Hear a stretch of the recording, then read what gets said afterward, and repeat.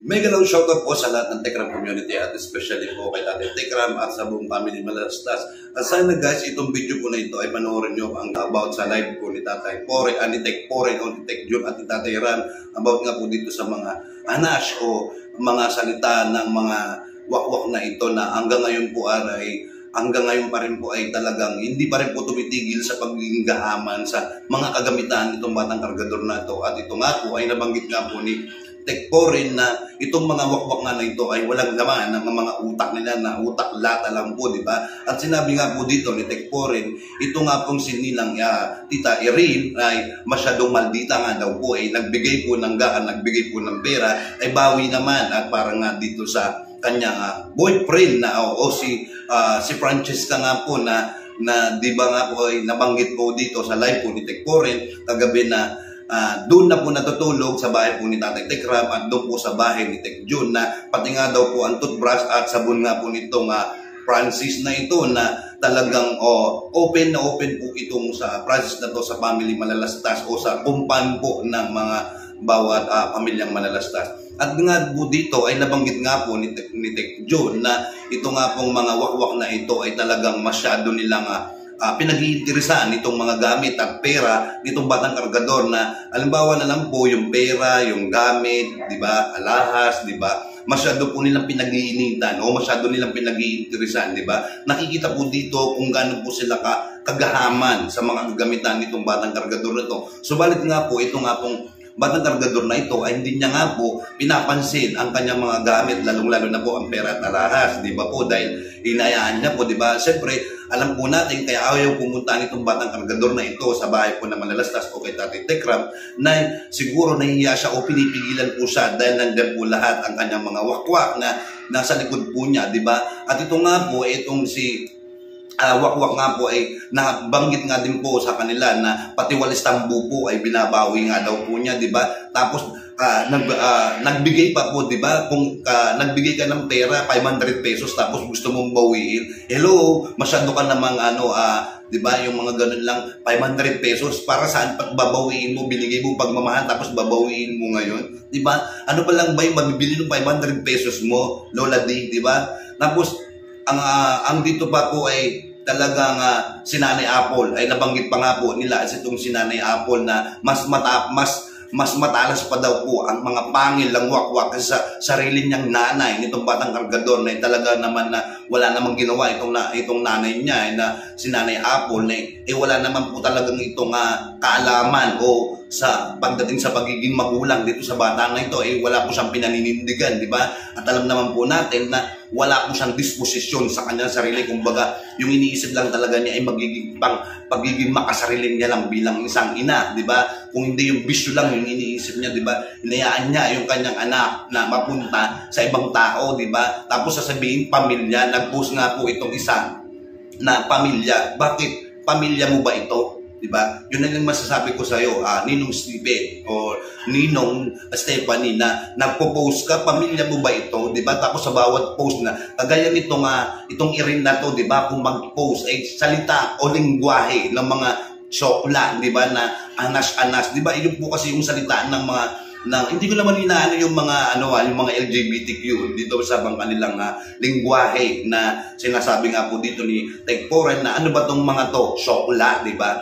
Tapos di ba sabi nga po ni Tek Pore, sino bang magulang na lahat po ng luho na itong batang itong kargador na to ay ibibigay mo yung luho nitong batang kargador na to, di ba? Sino ba, di ba? Ano ba itong mga to? Magulang ba itong mga to? Di ba hindi po kasi yan po yung wala namang magulang na gustong ibigay yung kapritsюan itong batang kargador na to. Di ba? Kumbaga nabanggit po nila itong mga sokla nga po sila. Yan po kasi yung mga sokla lahat po ng kapag once na gusto po nila yung isang tao o isang lalaki lahat po ng kagustuhan. Halimbawa, for example na lang po pagka umiling po ang isang lalaki lalong-lalo na gustong-gusto po nitong sokla na ito, itong mga sokla, ibibigay po nila yung kung ano yung hilingin niya. Halimbawa, sapatos, pera, mga material na bagay ba? Kumbaga, motor or something. Basta yung kaya nilang ibigay dahil basta alam nila na hook po sila dito sa isang tao o isang lalaki. Dahil kasi nga alam po natin na talaga po sila ay mga sokla. Di ba? Dito po kasi talagang na makakapagbigay tayo ng opinion natin dahil dito sa mga binanggit po ni Tech Foreign na ito nga, isang-isa na nga dito, itong Nina o Tita Irene na itong tawagin po ni Tech Foreign ay Maldita, di ba? Sa totoo naman po yung sinasabi niya kung magpo-post po kayo dito sa social media o sa SOCMED, ipakita ninyo yung pagmumukha ninyo sa bagay. Kung hindi nyo ipapakita yung pagmumukha nyo, baka na nga naman isang damukan ng pagiging bakikang mo, kaya ayaw mong ipakita yung mukha mo dito sa pagpo-post mo, di ba?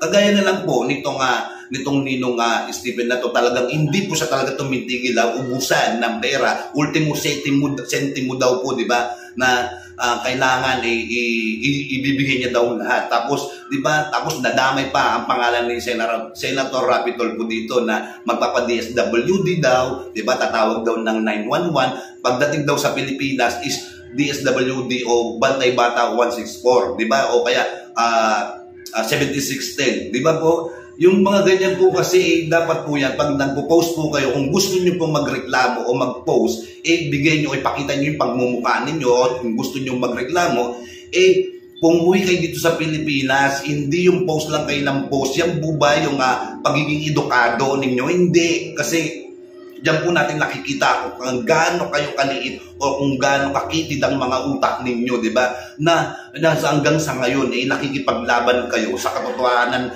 dito sa mga community ng Telegram. Alam nyo, kahit anong gawin ninyo po na pagpo-post, pagla-live, hindi nyo po makukuha yung simpatsya ng mga viewers ng Telegram o ay yung pagmamahal po kay Tatay Telegram. Kasi alam na po ng mga viewers at ng mga supporters talaga na kung ano yung punot dulo, saan po nagsimula lahat ng gulo na to. Kaya hindi nyo na po makukuha yung mga simpatsya nila o yung kanilang mga puso na alam naman po namin, kaming lahat po ay kung paano nyo po ginulo o winasa itong batang kargador na ito na hanggang sa ngayon pinagpapatuloy nyo, pinagkakakitaan, di ba? Nabanggit nga po ni Tech Foreign na hanggang sa ngayon, di ba, pinagkakakitaan mo itong batang kargador na ito, di ba, na nandyan sa likod mo, tuwing magla-live ka na lang, always na nandyan yung pagmumukha nitong batang kargador na walang utang na loob, di ba?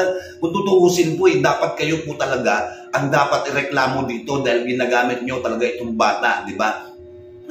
Pwede po kayong kasuhan ng child abuse dahil nga po nasa inyo ang bata dahil kinuha ninyo, kumbaga parang kinidnap ninyo yung bata, kaya pwede po kayong kasuhan dito, di ba? Huwag nyo pong gawing mangmang ang mga malalastas family, lalong-lalo na po si Tatay Tekram at saka si Tech Foreign. Di ba? Nandyan po si si Tech Foreign na handang ipaglaban ang kanyang pamilya. Di ba? Kaya hindi nyo kayang balawrain o ibagsak ang pamilya ng Tekram, di ba? O ng malalastas. Dahil nandyan po na tumatayong bilang pangalawang ama si Tech Foreign para sa kanila pong lahat. Di ba? Kaya ikaw, Francis, na pumasok sa bahay ni Tech June, na nakatulog, pinatulog, ginawa kang itinurong kang hindi ibang tao dahil welcome ka sa bahay po nila. Natutulog ka nga, di ba, sa bahay po ni Tatay Ramil or ni Tekram at kay June, di ba, na talagang hindi ibang tao yung turing sa'yo Kaya lang yung ginawa mo dito parang pinadama mo lang sila Pinadama mo lang, pinasakay nyo lang siya. Pinasakay nyo po sila sa kagustuhan ninyo dahil sa mga agenda ninyo na maging makasarili o maging wakwak o maging swapang o maging ganid kayo dahil lang sa kagustuhan ninyong sumikat, magpasikat sa mga kapwa ninyo wakwak, di ba? Pero hindi kayo nagtagumpay kasi ang mga supporters at ang mga viewers at ang mga ibang sponsor ay naiwan po kay Tatay Tekram, di ba? Dahil alam po nila yung katotohanan, di ba? Hindi po sila nagpauto sa inyo, hindi po sila nagpagpawakwak sa inyo. Kaya diyan kayo nagkamali sa ginawa ninyong agenda, di ba? Na akala nyo siguro kapag umalis nga itong batang kargador na walang utang na loob, na dugyot na ngayon na patuloy nyong pinoprotektahan, pare-pares naman po kayo mga walang kwenta, di ba? Na hanggang sa ngayon pinoprotektahan nyo at pinaninindigan nyo yung pagiging swapang din yung lahat, di ba? Ultimo walis tambo, wala ka ng patawad, doladi, di ba? Sabihin pa doon sa, di ba, pinasalamatan naman po yan ni Tech June at ni Tatay Tekram, di ba? At binabanggit pa at sinoutout pa nitong batang kargador na walang utang na loob yung pagbigay mo ng 500 pesos, di ba? At nabanggit pa nga nitong batang kargador na matibay at makapal. Kasing kapal ng mukha ninyo, yung mga binigay niyong walis tambo. Di ba? Nasabi niyo homemade, di ba? Sarili ninyong gawa, di ba? Di ba? Tapos dito sasabihin ninyo pinagkakitaan nila. Di ba nga tumigil na nga po sila Tekporen ng 1 linggo sa pagla-live nila para mabigyan po, di ba? At yung deal or no deal ninyo pinagbigyan po nila, di ba? Pinatulan po nila yung deal or no deal ninyo na hanggang sentimo ay kailangan di ba? So, ngayon ay nakikita namin dito talagang literal na talagang gahaman kayo na hanggang sa ngayon, hindi kayo tumitigil, na ba? Pinaglalaban ninyo yung mga gamit, alahas, mga kagamitan. Di ba? Kung gusto nyo talagang makuha yung gamit itong batang kargador na ito, na dugyot, papuntahin nyo po siya dito sa Malalastas Family. Di ba? Wala naman pong pumipigil Wala naman pong pumipigil para sa kanya na kunin niya lahat ng gamit niya Di ba? Nananahimik nga siya Sa bagay, kung ayaw niyang pumunta, binabawalan niyo yata baka pinipigilan niyo pumunta doon yung bata. Dahil iniisip ninyo, baka ma-brainwash na naman nila o baka mabago na naman yung isip ng bata. Dahil kapag nabago ang isip ng bata, ng kargador na ito, baka kayo ang uuwing luwaan dito sa ginawa ninyong mga kasalanan. Di ba? Sa ginawa ninyong mga issue dito. Kaya, ang galing-galing ninyong mag-anas-anas or magpa-post-post, puro naman, wala namang katuturan, di ba? Dahil alam naman po namin kung ano kayo, mga sokla, di ba? Mga mangkukulam, di ba? Yung mga ganun po ba? Di ba? Nabanggit na po ni Tekporen kung ano man po yung mga sinasabi niya o mga gusto niyang iparating sa inyo, di ba? Na hanggang ngayon ay nandiyan pa rin yung pinagtatanggol ninyo. Nasa inyo naman di ba? Kumbaga, dumidistansya na nga po yung Malalastas pero kayo patuloy pa rin kayo na sa ginagawa ninyo. So yan guys, yan lang po yung masasabi ko dito. Hayaan nyo na po ako kung masyado kong gigil sa aking ginagawang pagre-rebat o pag-re-reaction dito sa ating video, di ba? Para sa inyo po yan, para kahit paano ma-entertain po kayo, na maibigay nyo po yung inyo sa loobin. Mag-comment na po kayo dyan sa comment section sa ibaba ng ating video para mabigay nyo po yung sa loobin ninyo, di ba? At sana tapusin nyo po yung video para maintindihan po nating lahat, di ba? So, sa lahat po ng mga nakasubscribe, followers dito sa Rolly TV Vlogs, maraming salamat sa inyo po lahat. Sa hindi pa po nakapalo, subscribe na po kayo para lagi po kayong updated sa mga video na ina-upload natin at sa mga darating pa na mga live po natin. And yan, maraming salamat po and God bless po sa inyo lahat sa Tekram community.